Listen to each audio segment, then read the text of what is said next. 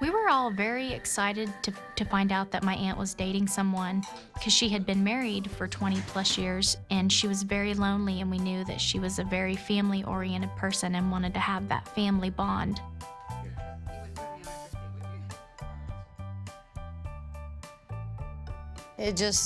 Like they'd known each other all their life. Their backgrounds were similar, their hobbies, likes, interests were very similar. We were all very hopeful, optimistic that this was truly the man that she was going to spend the rest of her life with. What's up, Panic Fam? I'm Hannah.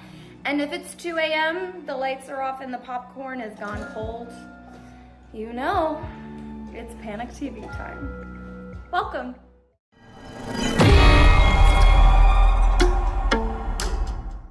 If you survived this, and this, congratulations, all right? Congratulations, but your luck runs out here.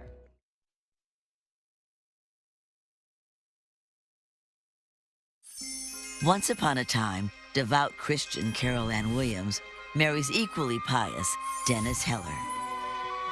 He was a very church-going man, and that's what she wanted. Dennis swept her off her feet. It was just like she was born again. They seemed to be a really good fit. But just 1 year later, the couple's happily ever after is put on ice. This was a cruel act. This was not an act of passion. It was out and out cruel. No compassion at all. Slow, painful kind of death. This was probably the most senseless homicide I ever dealt with. For this couple, the honeymoon is over.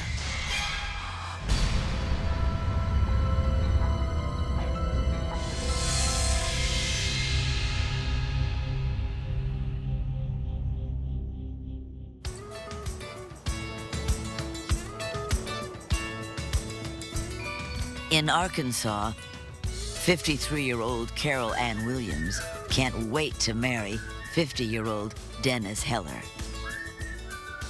She was such a loving person, and she had all this love to give, and I was excited that she was going to be able to share that love with someone. Carol and Dennis have both been married before and are ready to give love a second chance. Carol was happy to be married again. I think that she missed companionship. She missed having a family setting. I think having someone share her life was just really important to her. People who get married a second or third time are filled with this amazing human trait, and it's hope. They hope that this one will be the one. They have hope that this time they'll find happiness. Ready. You ready? Dennis, do you take Carol to love and to hold in sickness and in health? I do. Carol, you take Dennis? From the beginning, Dennis and Carol share a special commitment. I do. To themselves Dennis, take the ring. and their church. My Aunt Carol was raised in a very spiritual home, regularly attended church, lived by God's rules, laws. With this ring, I thee wed. I thee wed. When she met Dennis and he swept her off her feet and had the same beliefs, it was just like she was born again, happy again. I thee wed. I thee wed. Carol and Dennis had this shared faith. It made them instantly recognize each other. They had the same kind of ideology in life. They were kindred spirits in that way because they both shared the same religion. And that makes things in a marriage start off so much easier. So with God as their witness, I now pronounce you man and wife, thus you may kiss the bride.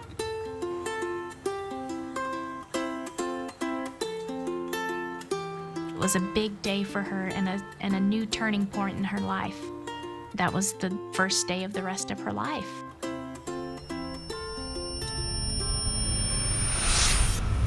a life that just 1 year later is in crisis. At their home in Perry, Oklahoma, Dennis calls 911. He tells them that Carol won't wake up and is foaming from the mouth.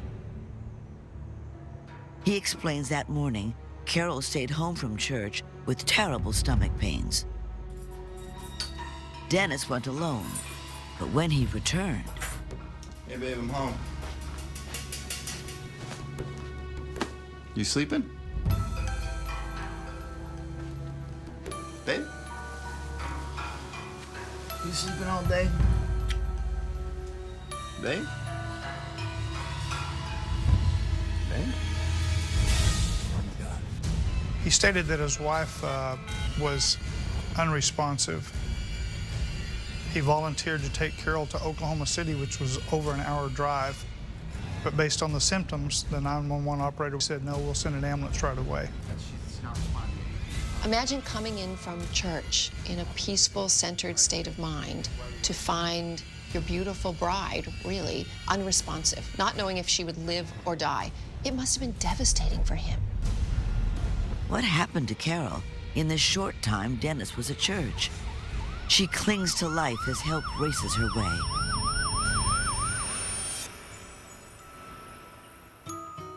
Carol Ann Williams grows up as a tomboyish farm girl in West Virginia.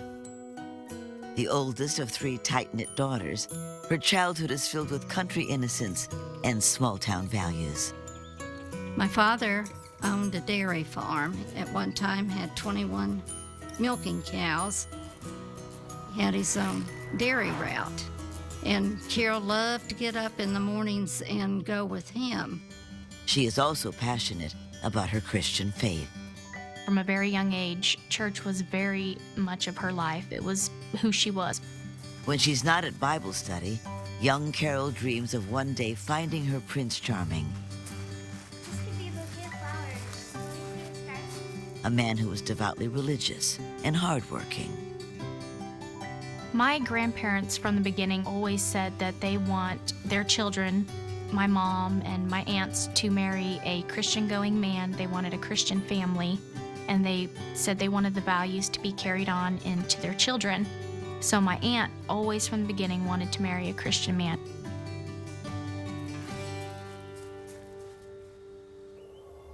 Unfortunately, the family's idyllic country lifestyle doesn't last forever. They weren't making enough money, so they had to move. They head to Chicago, where Carol thrives in the bustling city. There, she meets and marries her first serious boyfriend. But a medical condition makes things difficult. She had states of happiness and then sadness. Stop it! Stop it! Carol!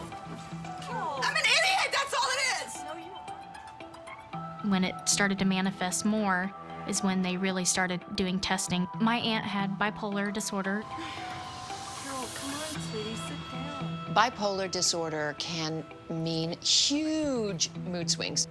You can have clinical depression that can last for weeks, and you can barely come out of your room, and you may have suicidal thoughts. And at the other end, you may have mania, where you can hurt yourself with obsessions like shopping or gambling or yelling at everybody you know and love. So it can really damage relationships. It's a very difficult diagnosis to live with. Carol's condition takes a toll on her marriage, which ends in divorce. Newly single, she moves back to the country for a fresh start. My Aunt Carol has always wanted to be a mother, and my mom had 5 children. So my aunt decided to come live by us, and she moved to Perry, Oklahoma. The change does wonders for Carol. My Aunt Carol was my favorite aunt growing up. She was like our second mom. We would go on the weekends to my Aunt Carol's house, and she would go and grab a movie, bring it home. We'd have popcorn. We would hang out at the house. If we wanted to go outside, if it was nice, she would take us to the park.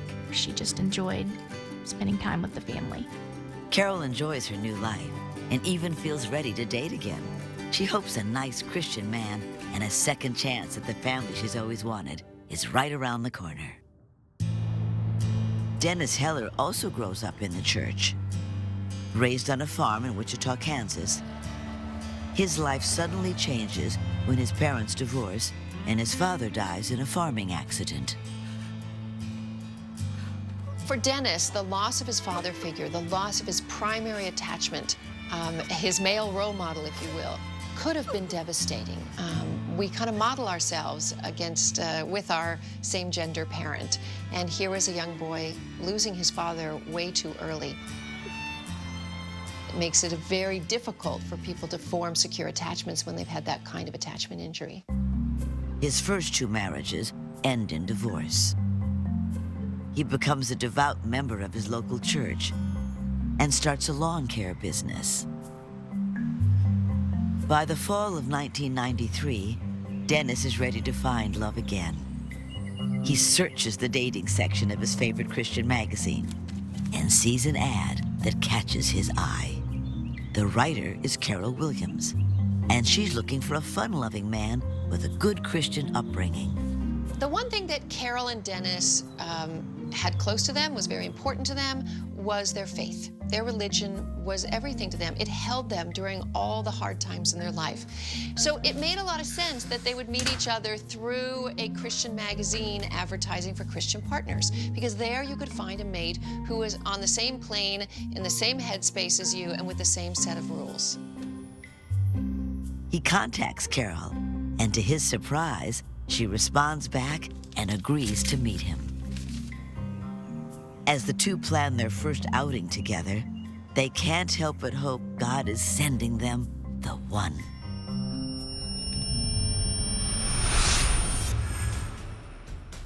But now, that hopefulness has turned into terror.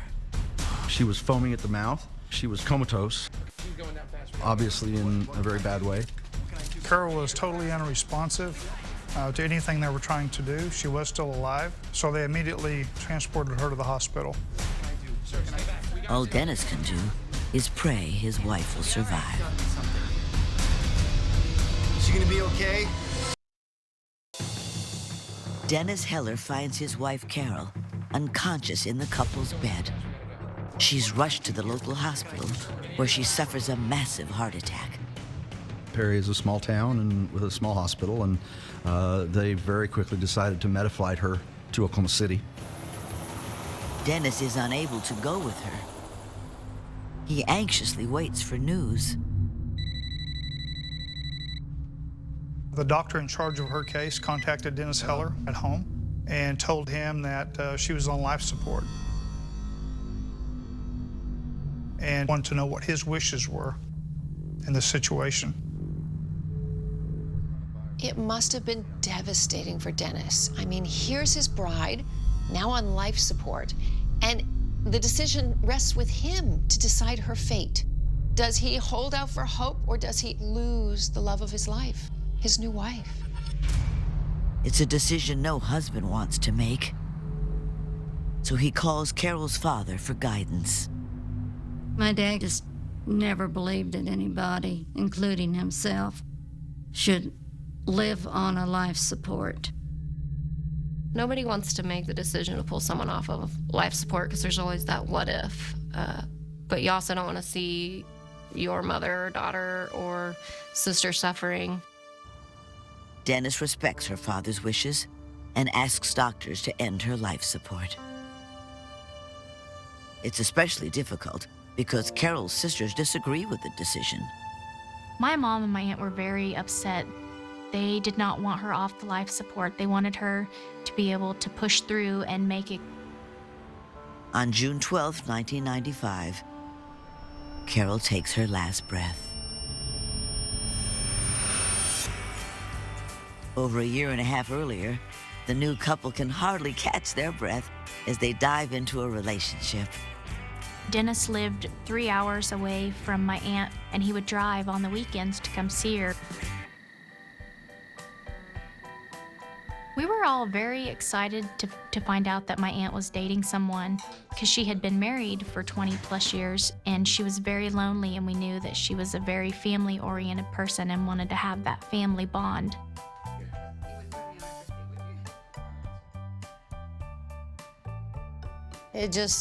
Like they'd known each other all their life. Their backgrounds were similar, their hobbies, likes, interests were very similar. We were all very hopeful, optimistic that this was truly the man that she's going to spend the rest of her life with. Dennis and Carol are like two peas in a pod. Both spiritual and soft-spoken, they enjoy a simple country lifestyle. You did all this for me. You're special. And on Sundays, everyone knows where to find the happy couple. He would come every weekend and go to church with her every Sunday. I think my Aunt Carol was attracted to Dennis because he was a very Christian man. He was a very church-going man, and that's what she wanted. She wanted a person to fellowship with, as she wanted companionship. She was really excited. She just liked to have that one special person in her life, one person that made her feel special.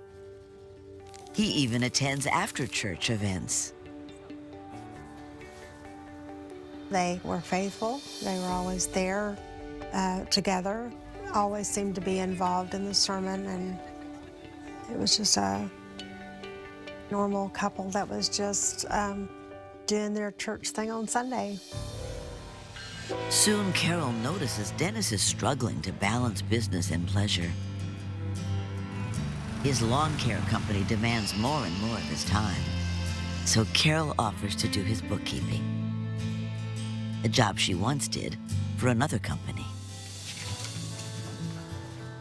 Carol had a very high IQ and a good business sense about her. She was a take care of business kind of person. I think my Aunt Carol's hopes for the future of the business with Dennis was for her to do all the bookkeeping, him to do the footwork. I got this, babe. Don't you worry about it. For her to start to get involved in the personal details of his life, doing the bookkeeping, was a way for her to really reaffirm this relationship and really make it clear, we're in this, we're in it together. We're starting to see overlapping between all their duties.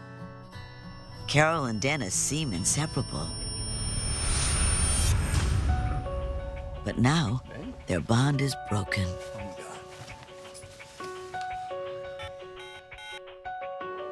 My dad told him to have Carol cremated because Carol had talked with my dad and said that she had been paying on a cremation policy. But the state of Oklahoma won't allow it. Yet. In Oklahoma, when someone dies, if there's not a physician attending to that person and present, a death investigation has to occur to determine cause and manner of death. So for that reason, an autopsy was performed on Carol Heller. Carol died from a heart attack, but what caused it is in question. They weren't sure why Carol died. Nobody knew whether it was natural causes or not. And when the autopsy results come in, they shock everyone. Ugh, I swear my neighbors think I'm probably getting murdered right now. Dennis Heller's wife, Carol, has unexpectedly passed away, the victim of a fatal heart attack. But her autopsy results are highly suspicious.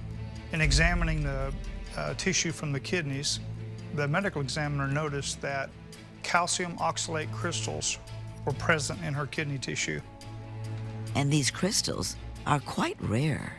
In fact, there are only 2 known sources. One is an extremely rare disease with which Carol had never been diagnosed. The other is to have ingested through some form ethylene glycol or antifreeze. Ethylene glycol has 2 sets of symptoms, you might say. The initial set of symptoms is somewhat similar to alcohol.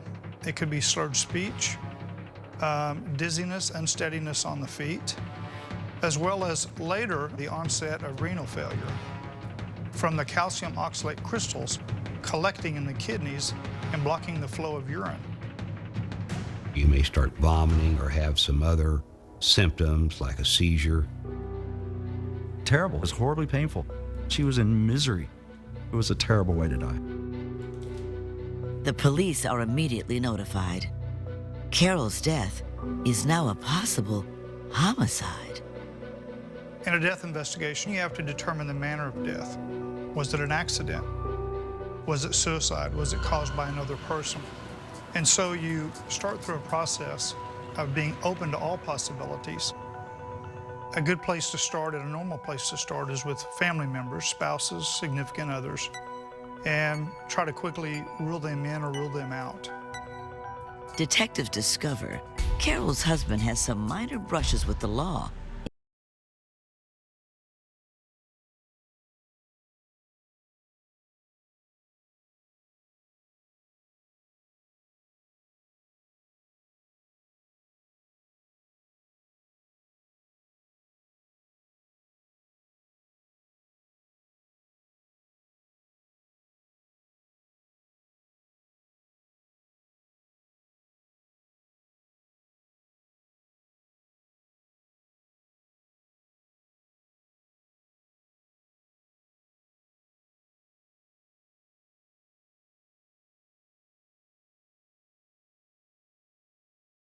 Dennis, you just don't see poisonings that often.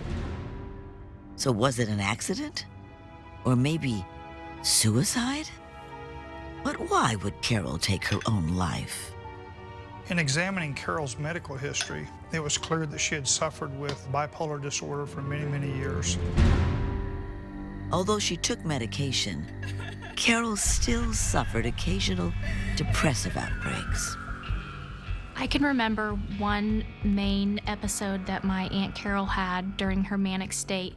She was driving a car and she thought God was her co-pilot.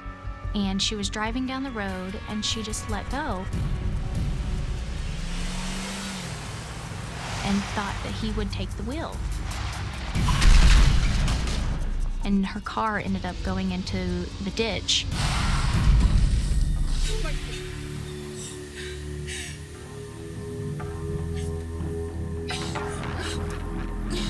She would have really good days or really bad days. I remember a story of her getting out of her car and standing in the snow and almost having to have a toe amputated because of frostbite.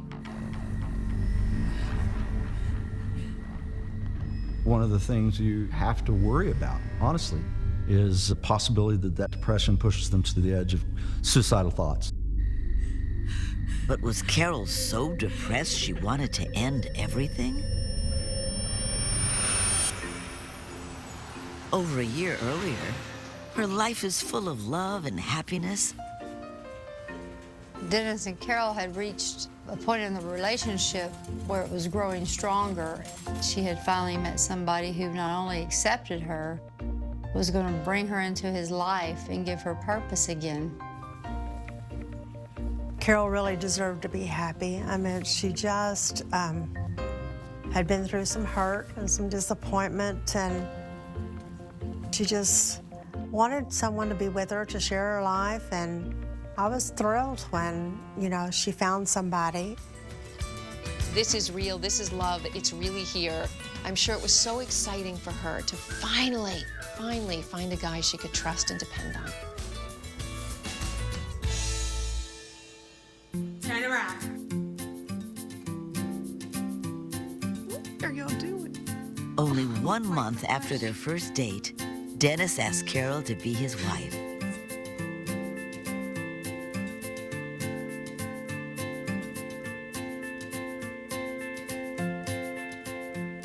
Will you marry me? Dennis, I would love to marry you. Are you kidding? Oh my gosh. She was going to have a life again, to a household and a family to care for. But before she ties the knot, she wants Dennis to meet her family. And she knows the perfect opportunity to do so.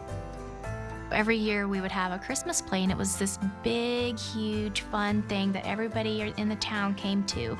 And I remember seeing my Aunt Carol, and there was a man with her. He was quiet and shy. He just seemed like a nerdy kid. But she was very excited. She sounded like the old Carol. Everybody was so happy that she had Dennis.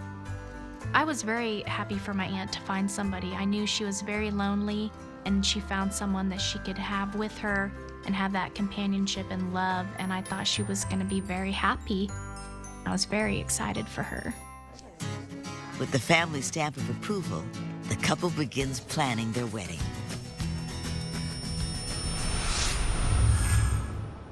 But just over 1 year later, that happiness has been cut short. Carol was found unresponsive just 1 day before her first wedding anniversary. Is it possible she took her own life? It was something we had to consider when we were looking at suicide. You know, was there something emotional there? This date brought on more emotional stress. The stress of that, even if it's positive stress, can trigger all kinds of mental health issues.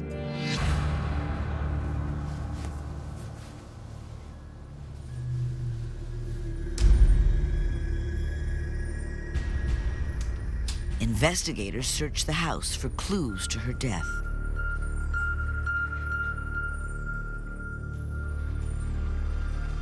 There was always a jug of antifreeze in her front closet, which was odd to me because she never worked on her own car. I don't even know if she could put antifreeze in her own car. 3 possibilities existed for how she could ingest it. It was an accident.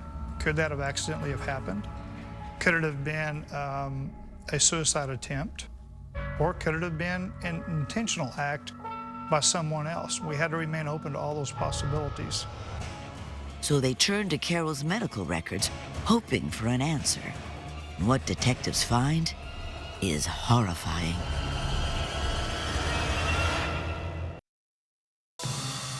Detectives investigating Carol Heller's sudden death aren't sure whether to rule it a suicide or homicide.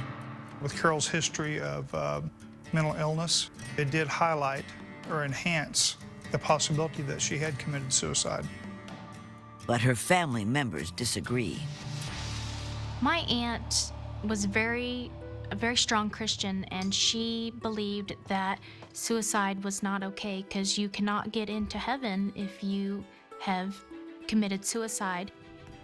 I don't think that any of us thought she did it herself, that she would have intentionally killed herself. But what about the antifreeze found in Carol's autopsy? If she didn't drink it, how did it get into her system? Detectives look through her medical records and make an unsettling discovery. The last 4 years of her life, 3 of those years, she went to the hospital about 6 times a year.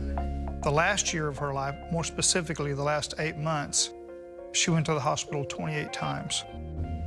And nearly every time, she suffers from the same symptoms: nausea, abdominal pain, dizziness, and slurred speech.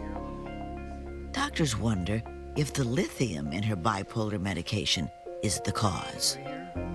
Lithium can cause some of these same symptoms.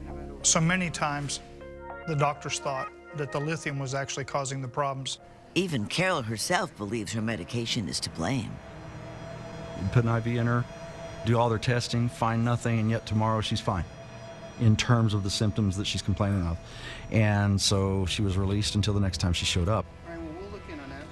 Although no medical personnel ever said it, I think that they reached a point of just thinking that this was just part of her illness, that it was psychosomatic. Just a few weeks before her death, she once again walks into the hospital. But this time, her symptoms are more severe. She arrived very agitated. You could not get any useful information from her. She was confused. Her speech was slurred. She was breathing very rapidly. Doctors order more extensive blood tests, hoping to finally pinpoint the cause of Carol's illness. But it will take weeks to get the results. Many of the tests were tests that needed to be sent to an outside reference laboratory to be completed. They just weren't routinely done in our hospital. Before the results ever come back, Carol dies. Investigators continue to pore through her medical records and discover a strange pattern. We took the folders that had each individual visit to a hospital in it for Carol Heller. And we put them on chairs. Each chair held a particular month for that year. When we got done, we noticed that one chair, the month of April in 1995, had no folders on it. That's all of them. So then we had to ask ourselves, how in the world could she go to the hospital all these times in these different months and one whole month without her not going to hospital? It's a perplexing riddle detectives are determined to solve. They know Carol's husband, Dennis, wants answers, especially since just a year earlier, he is ready to make Carol his lifelong partner. The couple ties the knot in a quaint ceremony. Carol and Dennis wanted a small ceremony. They were sort of conservative enough to know that this was a second marriage for her and a third marriage for him. No need to make a big fanfare about it or have people make remarks about it. Let's keep it close, quiet, simple, and beautiful. The newlyweds still live 3 hours apart. They make plans for Dennis to move in with Carol. But just as they do, Carol has her first bout with stomach pains.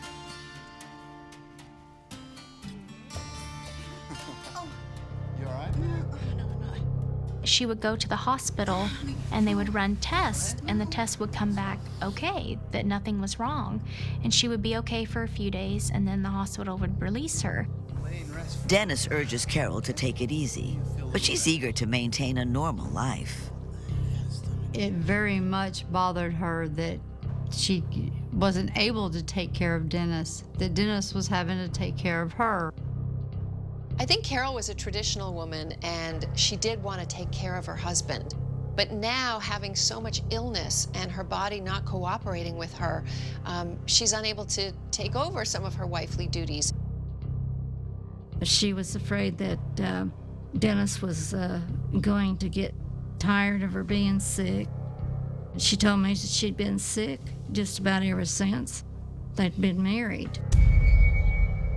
Dennis seems happy to wait on his love. He would cook for her, he would bring her drinks, make sure she was always having something that she wanted. But the mystery illness is destroying her new life. So Carol and Dennis take a trip to Denver, where the company that makes her bipolar medicine is based. So they had planned to go and drive to Colorado to see if it was a possibility that her medicine was making her ill. But during the trip, her stomach hurts so severely, she is hospitalized. She and Dennis eventually return home, unable to keep her appointment. She seemed very sad, but it didn't seem like she was sad for her. She was sad because Dennis had made the preparations and she didn't want to let him down. Shortly after their trip, Dennis finds Carol unconscious. Now her family and friends must gather to mourn the loss of their once vibrant loved one. My pastor and I talked about it and felt like that we needed to do something because she was part of our church, to have some kind of a memorial service in her honor. But Dennis, well, he's not quite himself. And I remember sitting there, and he was a few rows back, and he had fallen asleep. And we looked over at him, and I just remember thinking, why is he asleep when his wife has just died? Detectives are also beginning to have their own suspicions. Why did Carol see a doctor for stomach pains every month except April? Dennis Heller had been sentenced to 30 days in jail, and those 30 days were in the month of April 1995. Dennis, he's gone in with April. She's not in the hospital then. That's the difference. And that was the only time period in the last 8 months of her life where she was not in the hospital. At Carol's home, a strange discovery is made. In the dumpster were found some of Carol's personal possessions. The Bible of Carol, her family Bible, which was dearly precious to her. She never went to church without it.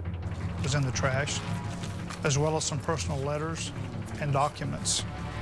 In talking to the apartment manager, she stated that Dennis Heller had been observed the day that Carol was sick and in bed, taking her things out and putting them in the trash, even though she had not died yet.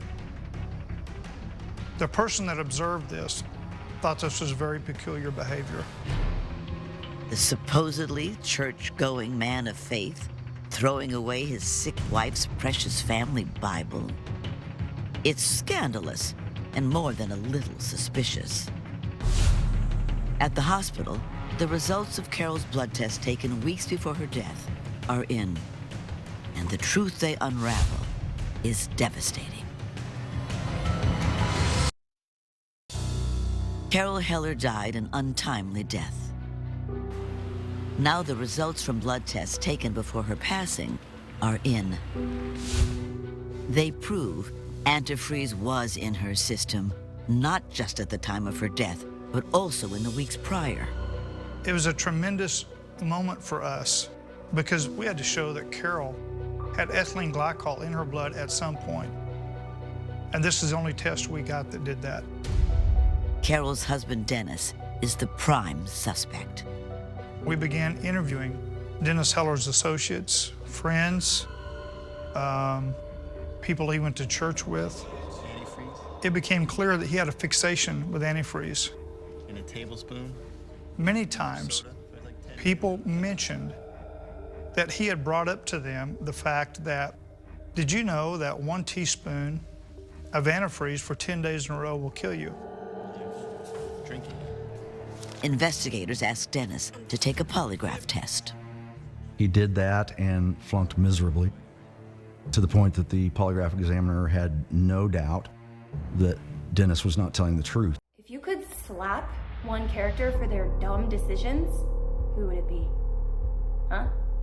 Go on. Vent in the comments. I can't wait to read. But polygraph alone isn't enough evidence. Detectives must find another source of information. It was discovered that he had a girlfriend in Oklahoma City that he actually had begun seeing regularly just a month or two after he had married Carol. They question the girlfriend. So tell me about the nature of your relationship with Dennis. And tell me what he's talked about as far as Carol. I have nothing to do with Carol's death. But Dennis... But she can't say the same for Dennis. Dennis began telling her things. He told her that he was the one that administered Carol's medications and it would be easy for him to poison her. On one occasion, Dennis had even brought Carol's wedding rings, and this is while Carol was still alive, and shown them to her and said, one of these days, these will be your wedding rings. Unbelievable. What sort of man could do that to the woman he's pledged to love forever? Investigators are now convinced Dennis poisoned Carol. We had a lot of circumstantial evidence, but in order to convict someone, we have to be able to prove that case beyond a reasonable doubt. And we simply weren't there. We needed some help. We needed probably an admission or confession from Dennis Heller. We asked if she would help us to get this information. You wear this wire and we take him down. Okay? Okay, I'll do it. They fit her with a wire to see what information she can get out of Dennis. The trick there was that she had to try to get him talking about it without making him suspicious. Dennis thought that she was just an angel and beautiful and would do anything to have sex with her. Will you tell me anything? Anything. What happened to Carol? Carol. Yeah. She just played on it and just kept saying, Dennis, just tell me, just tell me if something happened with Carol. I put antifreeze in her soda. You're kidding me, right? No. At the moment we heard that, we were ecstatic because now we had an admission and a confession that he had done it. Police believe Dennis poisoned Carol slowly. Carol was known to drink 2 to 3 liters of soda a day. Be honest. Did you watch the last scene through your fingers? Comment yes or no. She loved it. So Dennis took that opportunity to put antifreeze in something that she loved. And because antifreeze tastes sweet, it went undetected. I have no doubt that Dennis thought he committed the perfect crime and honestly didn't think there'd ever be an investigation. You know, my wife had a heart attack. Look, she's dead. His motive? To collect on a woefully small life insurance policy. He found out that on one of her credit cards, she had a death insurance policy, and he thought he was going to get that life insurance policy for $35,000. This was probably the most senseless homicide I ever dealt with. There was little to anything for him to gain, but he did. And to me, that just translates into simply being evil. Dennis seemed to have no compassion at all. He chose a slow, painful, agony kind of death for Carol. He was slowly going to poison her. It was only ever about Dennis and his needs. He killed his beautiful wife for $35,000? When police apprehend Dennis, they discover that he is already scoping out his next victim. When we arrested him, we found 14 envelopes.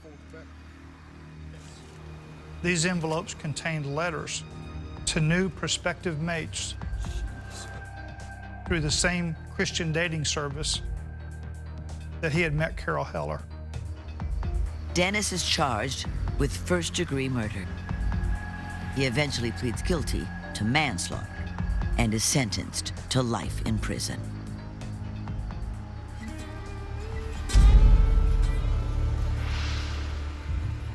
Not many times in your life do you find a companion, a husband, wife, that you want to spend the rest of your life with, that you literally put your life in their hands every day.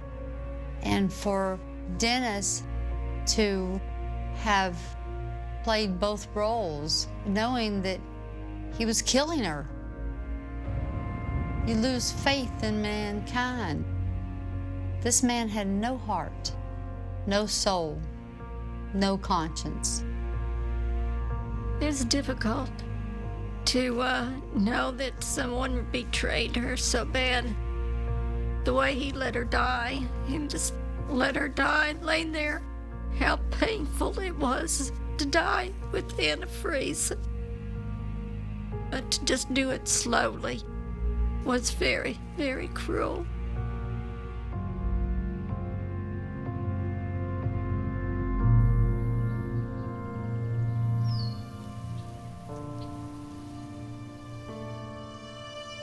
There was just a real sweetness about Carol that it was just a quiet sweetness. She would come to church and just that quiet smile just was something you just expected to see every Sunday. I miss my aunt. I miss the times that we had just sitting at the table. She always taught me to have patience with people and to live life to the fullest. And she said, always enjoy the people around you, the time that you have. Spend it with them and spend it wisely. And just enjoy every moment of life to the fullest.